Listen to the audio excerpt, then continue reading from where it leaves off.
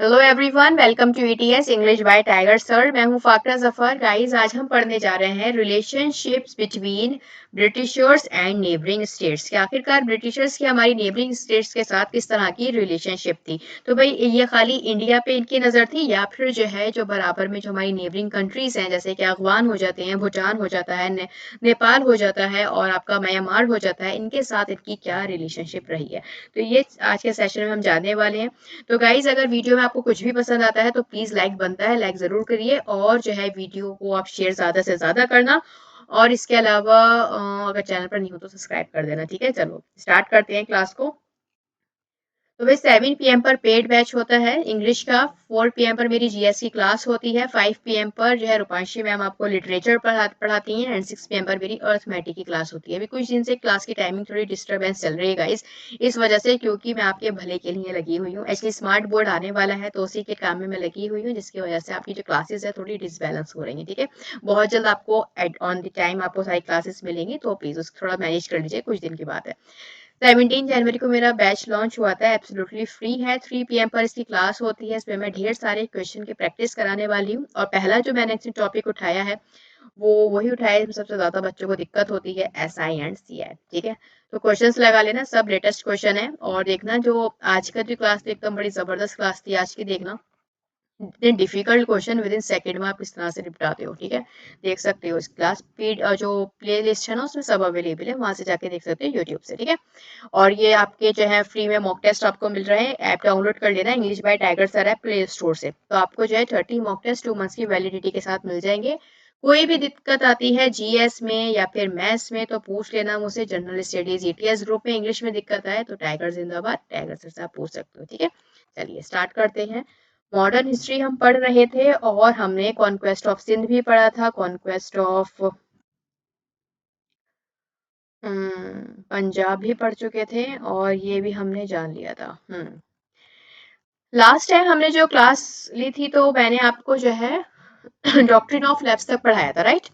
आज हम जानेंगे, देखो डॉक्ट्रिन ऑफ लैप्स के बाद जो है अवध एनेक्स्ट हो गया था और जो है अवध जो है इमीडिएट कॉज माना जाता है 1857 रिवॉल्ट का। ठीक है, 1857 रिवॉल्ट आने से पहले हमें कॉजेस कुछ जानना पड़ेंगे और उससे पहले हमें ये जानना पड़ेगा कि एक्चुअल में ब्रिटिशर्स की जो है किस तरह की रिलेशनशिप थी हमारी नेबरिंग कंट्रीज से, है ना, कि उनके साथ कोई युद्ध हुआ था या नहीं हुआ था। ये सारी चीजें हम आज के सेशन में जानने वाले। तो देखो जो सेशन है ये आपका 2 पार्ट्स में रहेगा। आज मैं आपको फर्स्ट बर्मा वॉर तक ही पढ़ाऊंगी और कल हम जो है ट्रीटी ऑफ लाइसा और जो है परसों हम first Anglo relationship and first Anglo Mysore, ये sorry, first Anglo Afghan war पढ़ेंगे। ठीक है, क्योंकि ये दोनों थोड़े लेंदी हैं, इस वजह से मैं कोशिश करूंगी कि कल के ही मई के सेशन में ही ये निपटा दूं। ठीक है, जैसा भी बेस्ट रहेगा वो मैं देखती हूँ। ठीक है, चलिए स्टार्ट करते हैं। तो सबसे पहले हम जानेंगे कि एक्चुअल में जो इंग्लिश थे, जो ब्रिटेन के लोग थे, उनकी भूटान के साथ किस तरह की रिलेशनशिप थी। देखो हुआ क्या था, ये जो भूटान है ना, भूटान भूटान के रीजन में इंग्लिश का कुछ ज्यादा इंटरेस्ट नहीं था। तो एरिया कुछ इतना बड़ा है नहीं, ऊपर से कोई खास इंटरेस्ट भूटानियों के साथ इनका था नहीं। लेकिन अब भूटान जो थे ना, भूटान के लोग उस टाइम में बड़े मतलब एग्रेसिव नेचर के थे। अगर आप आज से कंपेयर करोगे, आज तो फिलहाल ये कार्बन नेगेटिव स्टेट है, काफी अच्छी स्टेट है, लेकिन उस टाइम में ये था कि बड़ा एग्रेशन था इन लोगों में। मतलब सोचिए, जरा सा देश है और हथियाना चाह रहा है इंडिया को, है ना, इंडिया में ये घुसना चाह रहे थे। इन्होंने क्या करा भूटानियों ने, इन्होंने बंगाल और असम वाला जो एरिया है ना, यहाँ पे रेड्स करना स्टार्ट कर दी थी। अब भाई रेड्स करोगे तो पिटोगे, है ना, ये वाली चीज थी। अब असम, अब अगर आप यहाँ देखो भाई, बंगाल, बंगाल में जो है इनका हेडक्वार्टर बना हुआ था ब्रिटिशर्स का, कोलकाता साइड में। असम, असम में इन्होंने टी गार्डन्स लगा रखे थे, पूरा एक्सपोर्ट होता था इनका असम से। तो भाई कैसे रेट्स बढ़वा लेते। तो ये नहीं चाहते थे भूटानियों से लड़ना, लेकिन उसके बावजूद भी भूटान लगातार जो है रेट्स पे रेट्स जो है इन एरियाज में कर रहा था। ठीक है, लेकिन फिर हुआ क्या, इतनी फ्रीक्वेंट रेड्स के बाद भी जो है ब्रिटिशर्स लड़ना नहीं चाह रहे थे। इन्होंने जो है एल्गिन एनवाय को भेजा 63 में, 1863 के अराउंड ये एल्गिन एनवाय जो है भूटान जाता है। लेकिन इसके साथ भी भूटानी बड़ा बैड ट्रीटमेंट बिहेव करते हैं, बहुत ही बैड बिहेवियर इसके साथ इनका रहता है और काफी इंसल्ट इनकी की जाती है। फिलहाल अभी भी जो है ब्रिटिशर्स ने हथियार नहीं उठाया। इनको जो है मौका दिया गया कि भाई आप ऐसी हरकतें मत करो, लेकिन ये तब भी नहीं माने। इन्होंने क्या किया, इन्होंने असम के अंदर ना, असम में जो है बहुत ज़्यादा रेड करना स्टार्ट कर दी। इसके बावजूद जो है, मतलब इनसे कहा गया कि मत करो, उसके बावजूद भी एनवाई भेजा गया, लेकिन उसके बावजूद भी ये रुके नहीं। इन्होंने असम में फिर से रेड करी। अब जब रेड करी इन्होंने, अब ये पिटेंगे। अब इन ये पिटे। अब हुआ क्या, अब यहाँ पर जो है ट्रीटी इनके ऊपर इम्पोज कर दी गई। अब ब्रिटिशर्स ने जाके हरा दिया इन्हें। जरा सा तो नेपाल था, ठीक है, फिलहाल चीना, सॉरी भूटान था। चीना नहीं, इनकी टेरिटरी इनको ही दे दी गई वापस, लेकिन एक्चुअल में जो है इनको ऊपर ट्रीटीज जो है इम्पोस्ट कर दी गई। इनसे कहा गया कि अब आप जो हो सरेंडर करोगे असम वाला एरिया जो भी आपने अपने अंडर में लिया है। एक्चुअल में रेड्स करते करते ना इन्होंने एरिया असम का एनेक्स कर लिया था, ठीक है, तो अब इन्हें सरेंडर करना पड़ेगा। और इसके अलावा इन्होंने क्या किया, जैसे कि ये असम है और ये भूटान है, असम का और भूटान का बॉर्डर मिलता है, ठीक है। अब ये जो भूटान का जो बॉर्डर है, अब यहाँ पर जो वो है पासिस, माउंटेन्स है, सब माउंटेन्स बने पड़े हैं। अब माउंटेन के जो पासिस है ना, तो इन भूटानियों ने क्या किया, माउंटेन्स के पासिस को ही ब्लॉक कर दिया। अब सोचो जरा, माउंटेन के पासिस को इन्होंने ब्लॉक कर दिया और वहीं पर अपने डेरा जमा कर ये लोग बैठ गए, अपना मस्ती मजा कर रहे थे। वहीं उन्हीं पासिस से आके असम में लूट मार मचाते थे और फिर भाग जाया करते थे। इस चीज से इतना ज्यादा फ्रस्ट्रेट हो गए थे ब्रिटिशर्स कि ये जो है अब इन पर अटैक कर देंगे। अब ब्रिटिशर्स ने अटैक किया भूटानियों पे। अब जब इन पर अटैक हुआ भूटानियों पे, फिर होता क्या है, अब ये जो पासिस थे ना, ये इनसे छीन लिए गए। अब ट्रीटी साइन होगी, ट्रीटी में भूटानी से जो है ये पासिस सारे छीन लिए गए। अब क्यों छीने, इन्होंने भूटान छोड़ दिया लेकिन पासिस रख लिया। वो इसलिए क्योंकि देखो, मैंने आपसे कहा ब्रिटिशर्स का कोई खास इंटरेस्ट नहीं था भूटान की तरफ सॉरी।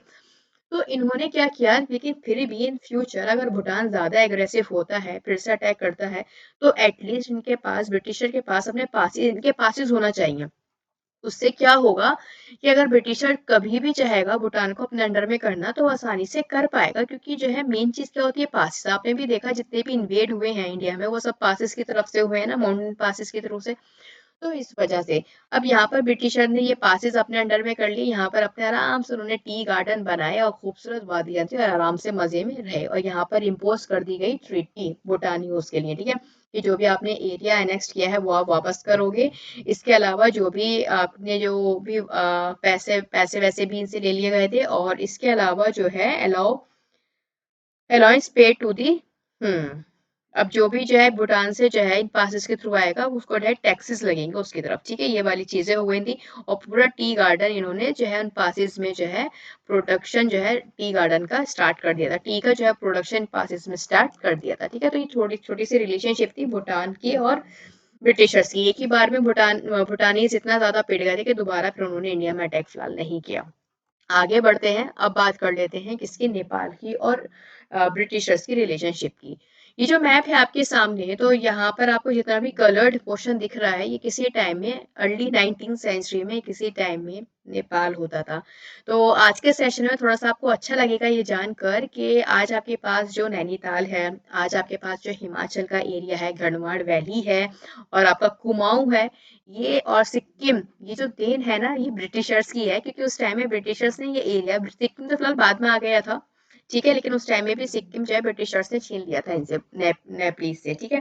अब ये जो एरिया है, ये किसी टाइम में सब कुछ जो है किसका होता था, नेपाल में जो है होता था, लेकिन अब ये इंडिया का पार्ट है। क्योंकि अब जब ब्रिटिशर्स जाएंगे, अब जो जितना भी एरिया उन्होंने एनेक्स किया था वो सब इंडिया में ही आना था, ठीक है।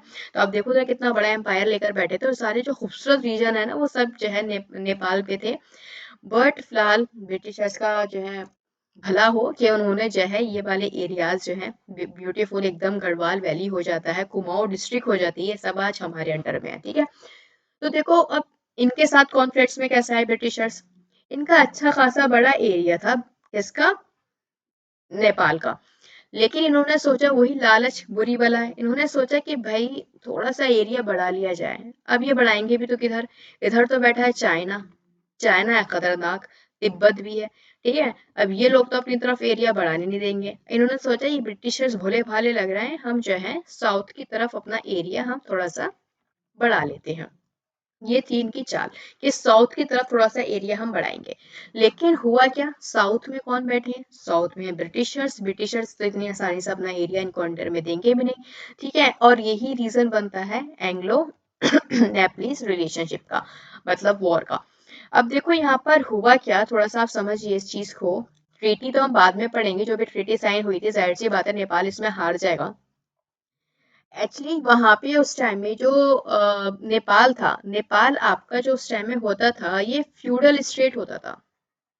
अब ये फ्यूडल स्टेट्स कौन सी होती है, ये मैं आपको कई बार बता चुकी हूँ। जैसे कि भाई ये है आपका प्रेसिडेंट और ये है उसकी कुछ स्टेट। यहाँ जो है ये कुछ राजा हैं, राजा महाराजा, ये सब अपने हिसाब से एरिया को जो है एडमिनिस्ट्रेशन करते हैं, रूल्स एंड रेगुलेशन इनके अकॉर्डिंग होता है। पर ये अंडर में किसके होते हैं, इनके लॉर्ड के। और ये सभी लोग जो है इन्हें क्या पे करते हैं, टैक्स। ठीक है, तो इसी तरह से नेपाल जो है एक फ्यूडल स्टेट थी। और उस टाइम में नेपाल में कौन थे, गोरखास। गोरखास अपनी फाइटिंग स्किल के लिए बहुत ज्यादा मशहूर है, इसलिए एंग्लो नेपलीज वॉर को जो है एंग्लो गोरखास वॉर भी बोला जाता है। ठीक है, तो ये नेम ध्यान रखना, कहीं आप कंफ्यूज हो जाए एग्जाम में, क्योंकि गोरखास जो है नेपलीज होते हैं।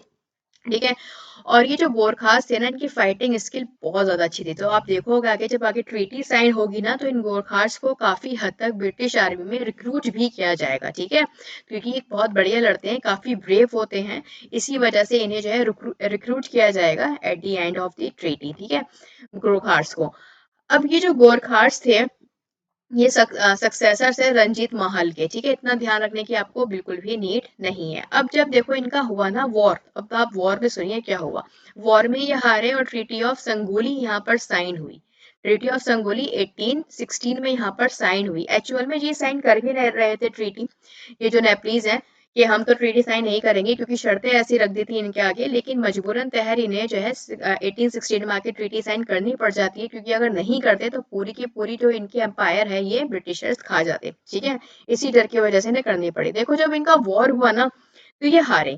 हारे ये इसलिए, जो गढ़वाल है रीजन, और ये जो सिक्किम वाला रीजन है, अब यहाँ पर जो बैठे थे ना, वो जो है किसके फेवर में थे, वो ब्रिटिशर्स के फेवर में थे।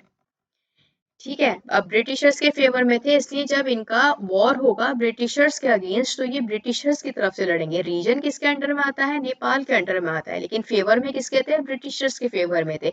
इसी वजह से ये गढ़वाल वाले इधर से अटैक करेंगे, सिक्किम वाले इधर से अटैक करेंगे, और ब्रिटिशर्स इधर से अटैक करेंगे। तीनों तरफ से घिर जाएंगे, तीनों तरफ से घेरेंगे तो हारेंगे।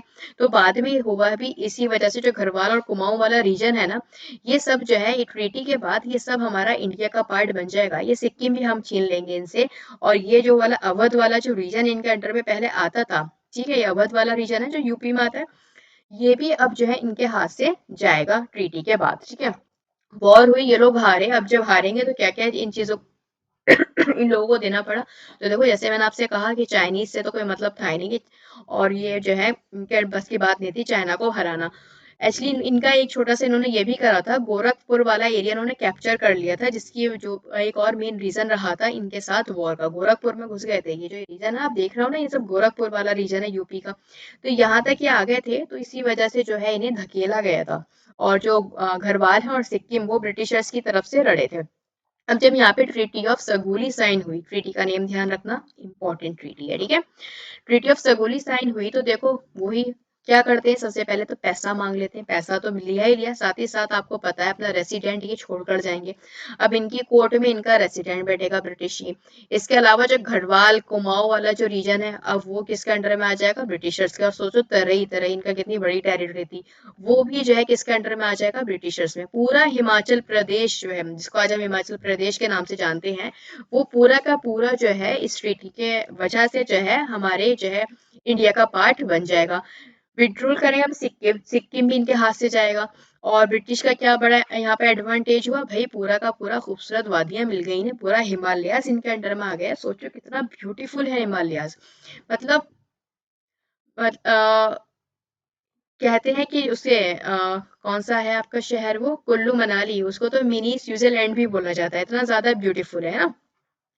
और इसके अलावा जो है इन्होंने जो है ट्रेड सेंट्रल एशिया से इनका काफी स्ट्रांग हो गया है, क्योंकि जो नेपाल वाला रीजन था ना, वो पहले जो है बड़ा बीच में वो एज अ बैरियर का काम करता था, अब वो एलिमिनेट हो चुका है। तो इनके ट्रेड रिलेशनशिप भी काफी बढ़िया हो गए। पूरा का पूरा इन्होंने हिल स्टेशन एक्वायर किया, जैसे कि शिमला, मैसूरी, नैनीताल। देखिए कितने बढ़िया बढ़िया रीजन है अब हमारे अंडर में आ चुके हैं। और द गोरखास ने, है ना, फिर मैंने आपसे कहा था at the end of treaty Gorkhas जो है ज्वाइन करेंगे इंडियन आर्मी को, ब्रिटिश इंडियन आर्मी को। तो गोरखास जो है ब्रिटिश इंडियन आर्मी के अंडर में अब रिक्रूट होना स्टार्ट हो जाएंगे। तो ये थी रिलेशनशिप किसकी, एंग्लो एंड नेपलीज की। इसके बाद हम जानेंगे एंग्लो इंडिया और म्यांमार की, मतलब एंग्लो म्यांमार रिलेशनशिप। एंग्लो और म्यांमार रिलेशनशिप की अगर बात करें तो एंग्लो म्यांमार से जो है इनका 3 बार युद्ध हुआ है। 3 बार इनका युद्ध हुआ। पहला जो युद्ध हुआ था वो इसलिए हुआ था क्योंकि इन्होंने मणिपुर और असम को जो है एनेक्स कर लिया था। तो ये वहां पिटेंगे, असम तक आएंगे तो पिटेंगे, है ना, क्योंकि मैंने बताया था असम से इनका इंपोर्ट एक्सपोर्ट होता था। टी गार्डन थे वहां पे, तो वो एरिया तो किसी कीमत पे भी नहीं छोड़ते। दूसरा, म्यांमार के ना काफी अच्छे रिलेशनशिप हो गए थे फ्रेंच के साथ, और आपको पता ही है जो फ्रेंच के साथ दोस्ती करेगा वो ब्रिटिशर का दुश्मन होगा। तो ये भी रीजन था, फ्रेंच के साथ मिलकर ये चाहते भी थे ब्रिटिशर्स को हराना। ये वाले कुछ रीजंस रहेंगे जो म्यांमार इनके साथ कॉन्फ्लिक्ट्स में आएगा। देखो अब हुआ क्या है म्यांमार में। तो ये तो मैं आपको पहले ही बता चुकी हूँ इनकी रीजन। अब देखो हुआ क्या है, म्यांमार जो है किस तरह से कॉन्फ्लिक्ट्स में आए। आप देख रहे हो इसके बराबर में चाइना है, लाओस है और थाईलैंड है, ठीक है। अब चाइना पे तो ये अटैक कर नहीं सकता था, ईस्ट की तरफ तो अपनी ये जो है टेरिटरी एक्सटेंड नहीं कर सकता था, क्योंकि ईस्ट में जो है आपका चाइना है, और चाइना उस टाइम में काफी स्ट्रॉन्ग किंगडम हो चुका था। वहीं बात करें अगर थाईलैंड की, तो इसने सोचा लाओ थाईलैंड की तरफ को मैं जाता हूँ, म्यांमार। अभी जब थाईलैंड की तरफ जाएगा तो थाईलैंड की रिलेशनशिप काफी अच्छी थी चाइना से, ये दोनों फ्रेंड्स थे। ये दोनों फ्रेंड थे। तो चाइना ने अपनी छोटी सी टुकड़ी भेजी और म्यांमार को यहाँ पर हरा दिया, थाईलैंड के साथ जो वॉर हुआ था। अब यहाँ पर म्यांमार हार जाता है तो अपना इरादा ही छोड़ देता है थाईलैंड में जाने का। अब कोई मतलब ही नहीं था कि वो थाईलैंड में जाए। अब म्यांमार कहाँ पहुंचेगा, अब भाई यहाँ तो जा नहीं सकता, पूरा चाइना घेरे बैठे है, यहाँ भी सब चाइना का तो रूल है। अब बचा क्या, इंडिया।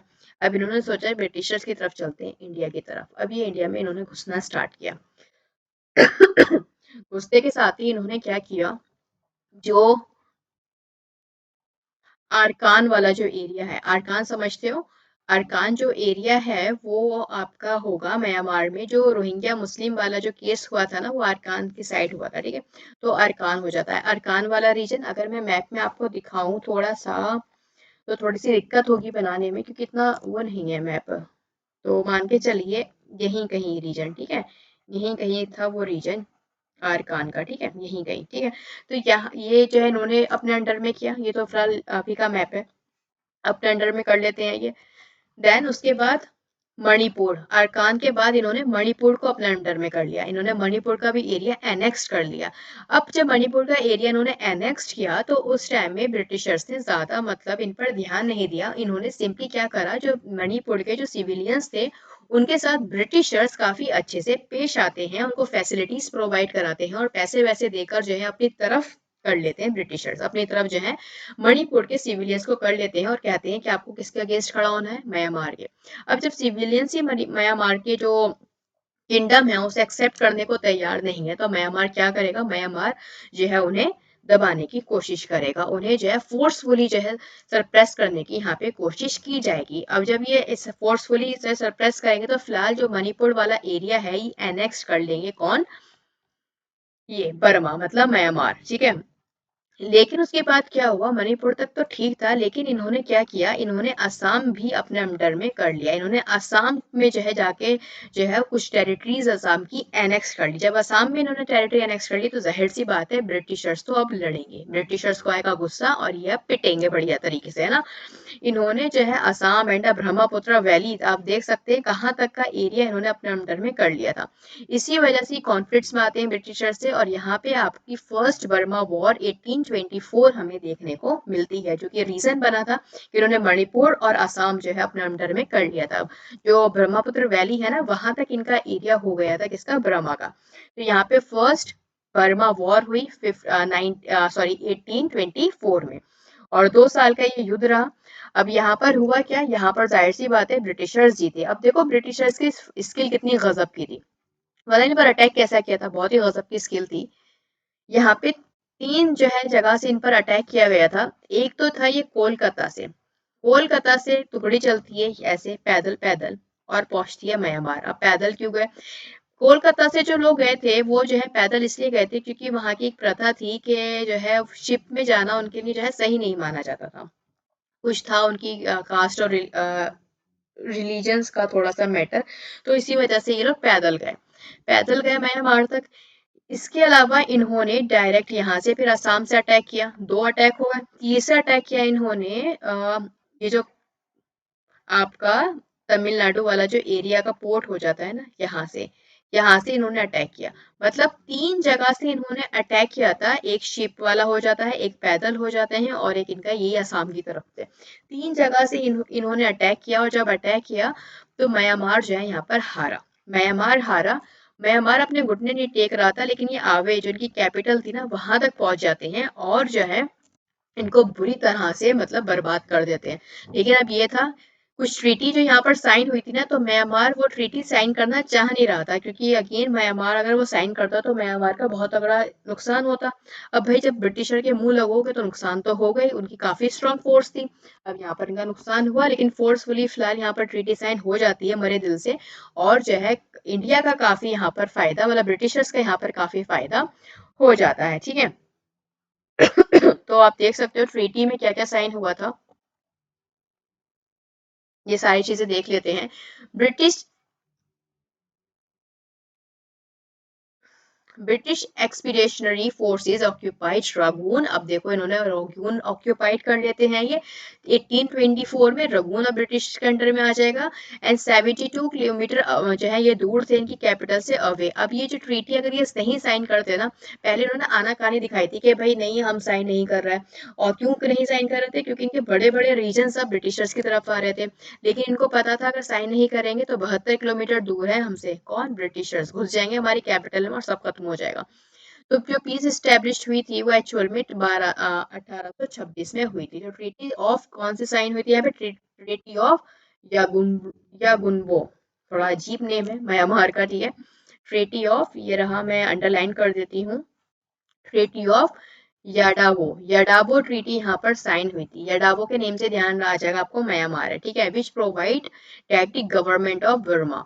ठीक है। अब देखो यहाँ पर क्या क्या यहाँ पर फायदे हुए हैं। सबसे पहला फायदा तो ये हुआ, इतने ढेर सारे ऐसा युद्ध करोगे कि 3 3 जगह से ब्रिटिशर्स को अपनी फौज भेजनी पड़ रही है, आर्मी भेजनी पड़ रही है, तो बहुत नुकसान होगा ब्रिटिशर्स को। और आपको तो पता है ब्रिटिशर मांगते हैं सबसे पहले पैसा।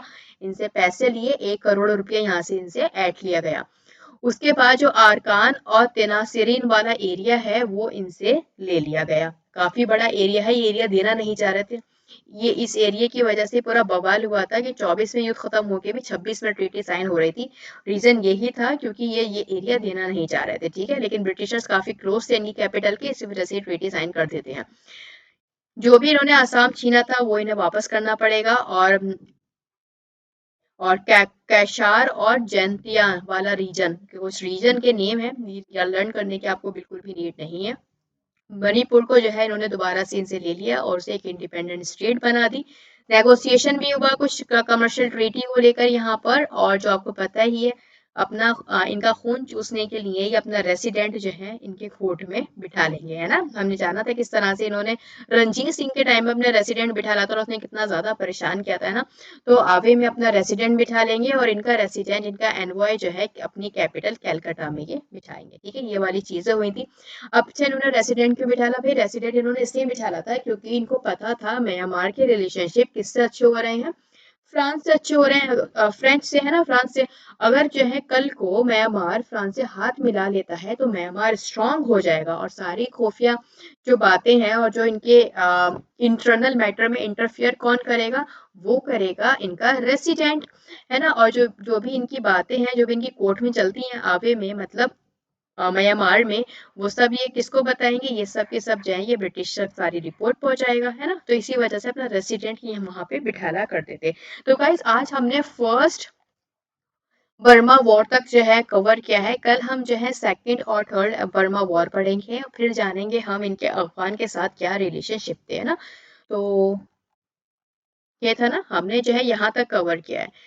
तिब्बत के साथ कुछ ऐसा खास इनका रिलेशनशिप नहीं था, वो कोई वॉर भी कुछ ऐसी खास नहीं हुई। तो पढ़ लेंगे, 2 लाइन में निपट जाएगा, 5 मिनट में जो है तिब्बत निपट जाएगा, और कल के ही सेशन में हम अफगान और एंग्लो अफगान रिलेशनशिप डिस्कस कर लेंगे। तो गाइज, इस वीडियो में अगर आपको कोई भी डाउट हो, कोई भी ऐसा पॉइंट जो आपके समझ में नहीं आया हो, तो आप मुझसे जनरल स्टडीज ETS ग्रुप में पूछ सकते हो, ठीक है। और जो है वीडियो को आपको शेयर करना है, और देखो लाइक बनता है, अगर आपको कुछ भी इसमें अच्छा लगता है तो लाइक बनता है, ठीक है। वीडियो को ज़्यादातर शेयर करना है, चैनल पर नहीं हो तो चैनल को आप सब्सक्राइब कर देना, ठीक है। गाइज, क्लास की टाइमिंग आप देख लेना 1 मिनट, ठीक है। आपको पता है 3 PM पर मेरा जो है प्रैक्टिस बैच है, आप इसे ज्वाइन कर सकते हो, फ्री ऑफ कॉस्ट है, बस आपको डेली क्लास अटेंड करनी है, यही आपकी फीस, और ज़्यादा से ज़्यादा वीडियो को शेयर करना है, ठीक है।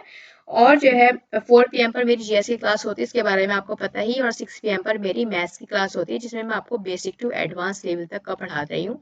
और आज जो इसकी क्लास हुई थी, उसमें मैंने आपको टाइम एंड वर्क में जो शिफ्टिंग मेथड होता है वो सिखाया है, आप क्लास जाकर देख सकते हो, ठीक है। चलो, कब मिलते हैं गाइस? कल। अच्छा ख्याल, आपकी क्लास काफी डिस्टरबेंस चल रहा है आपकी क्लास में, मुझे पता है। तो गाइस, वो यही रीजन है, आपका जो स्मार्ट बोर्ड है उसका इंतजाम हो रहा है, ठीक है, इस वजह से थोड़ा सा डिस्टरबेंस चल रहा है। तो जो है बहुत जल्द ये चीज खत्म हो जाएगी, मैं कोशिश करूंगी आपको क्लास जो है टाइम पर ही मिल जाए, ठीक है। चलो, thank you so much guys, take care, bye bye.